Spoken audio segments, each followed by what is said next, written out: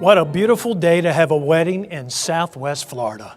My name is Chaplain Russ Wynn, and just let me say it's a privilege and an honor to be here today, to be part of this very sacred moment. And there is nothing more joyous and exciting than a wedding. And we're here today as family and friends to celebrate the marriage of Zach and Nathalie. We've come together under the great blue sunny ceiling of God's most magnificent cathedral, where Zach and Nathalie can pledge their love in a setting that will never be duplicated in all the world. I'd like to invite you now to bow your heads as we ask God's blessings to be on our gathering today.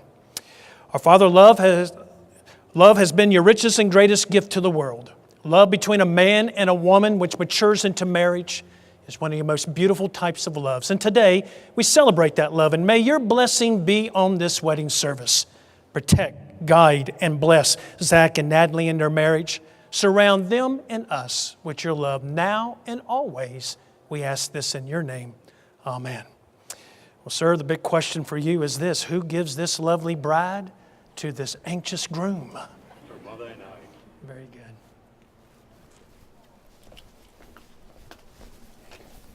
Take care of her. I will.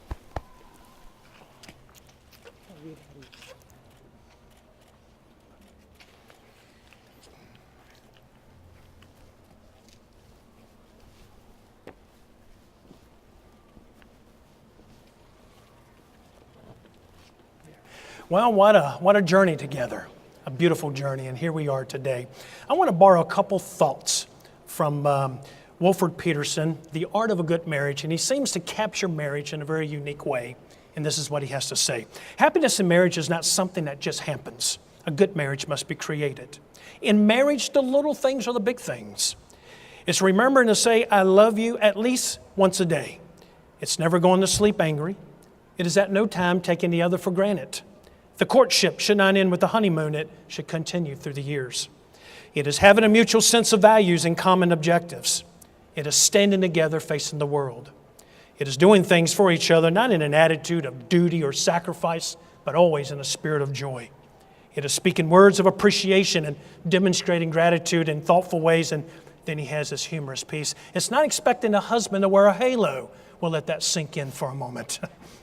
Or the wife to have wings of an angel, although I need to pause here to say she looks very angelic looking here today. Yes. It's not looking for perfection in each other. It's cultivating flexibility, patience, understanding, and you have to have a sense of humor. It's having the capacity to forgive and then to forget. It's giving each other an atmosphere where both of you can grow old together, and then he concludes. It's not only marrying the right partner, it's being the right partner. And obviously you discovered that in your courtship stage. And now here we are, coming all the way here to the Ritz-Carlton, Naples, Florida, to move this relationship to the next level, the covenant of marriage. Now I've asked both of you to select 3 words that best describes your relationship to each other, and this is the first time both of you are hearing these. So Nathalie, the 3 words that Zach selected for you are these. Number 1, passion. Nathalie's passion for what she loves is paramount. I am the lucky recipient for her amazing passion. Number 2, best friend. Nathalie picks me up when I'm down, always knows how to make me laugh, and encourages me to reach for the stars every day. And then number 3, planned. Since meeting Nathalie, planning has become a larger and larger part of my life. We now have spreadsheets, binders for everything. I am now much better planned. Zach, the 3 words Nathalie selected for you are number 1, empowering/inspiring. Zach embodies the characteristics I wanted to harvest in myself. Collectively, we push each other outside of the borders of our comfort zones and help each other become better versions of ourselves. Number 2, teamwork is the dream work. Zach is my teammate in life, in the kitchen, with health, with laundry, and in parentheses sometimes, and with the pursuit of happiness. Number 3, loyal. Loyal to each other, as loyal as Zach is to football on Sundays, Mondays, and on Thursdays. Even if it sometimes means watching Dancing with the Stars on the big screen and football on the laptop on Monday nights. But then she has a fourth one. Food-oriented. We live to eat, not to eat to live. Our love for cooking and eating brings us together, especially after a long day at work. We also have learned to save all of our complex/big discussions for after our bellies have been full. Absolutely. Or filled. Zach and Nathalie, the vows that you're about ready to exchange will join your lives together. And you both bring individual strengths and giftingness into this wonderful relationship.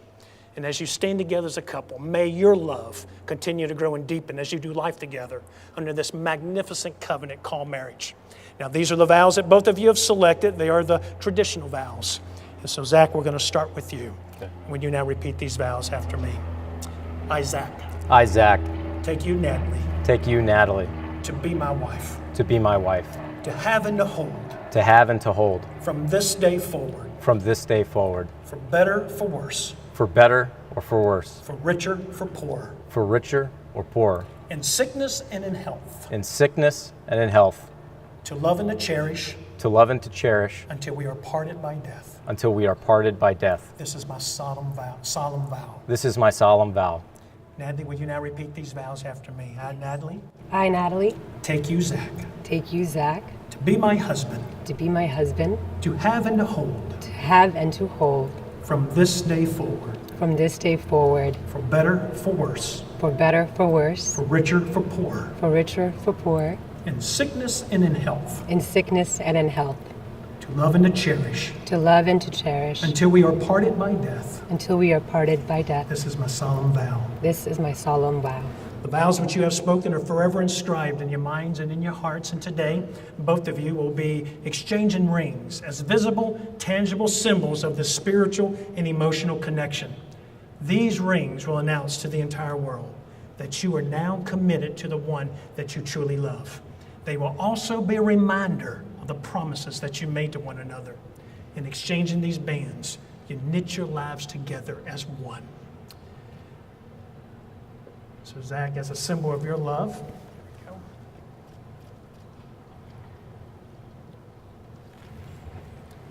will you now place Nathalie's ring on her finger and repeat after me?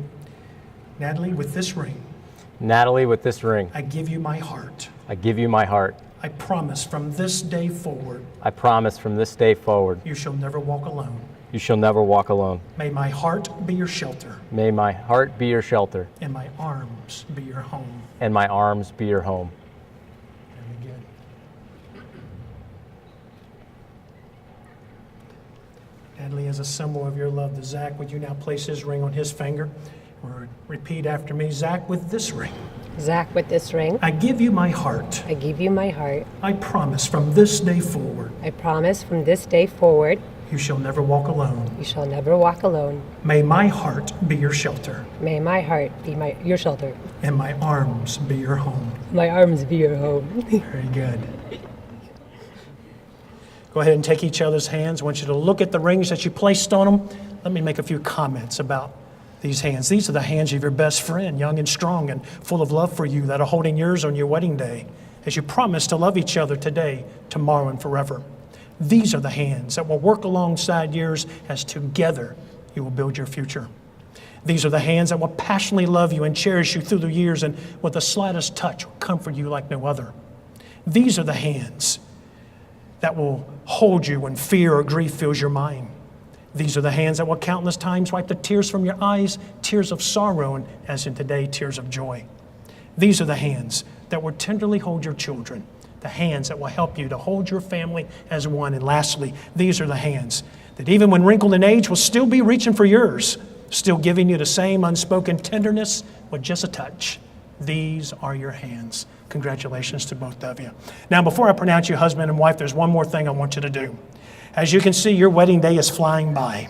It's a day filled with family and emotions, and later on a dance or two in the evening. Many people remember how fleeting their own wedding day was, so this is what I want you to do. I want you to take a deep breath, look into each other's eyes, capture this moment. Let it register in your heart, take a picture of it, let it be embedded in your spirit. John Lennon once said, "A dream you dream alone is only a dream. A dream that you dream together That is reality. Let that new reality begin at this moment. So by virtue of the authority vested in me in conformity with the laws of the state of Florida, in the presence of God, your family, and friends, it gives me great pleasure to now pronounce you husband and wife. Zach, you may now finally, officially, legally, and with much passion kiss your bride.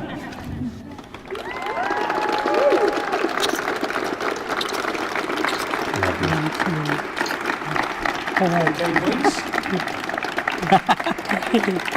Here's your bouquet. Ladies and gentlemen, it gives me great pleasure to present to you for the very first time from this beautiful resort of the Ritz-Carlton in Naples, Florida, Mr. and Mrs. Zach and Nathalie Starkey. Let's give it up for them.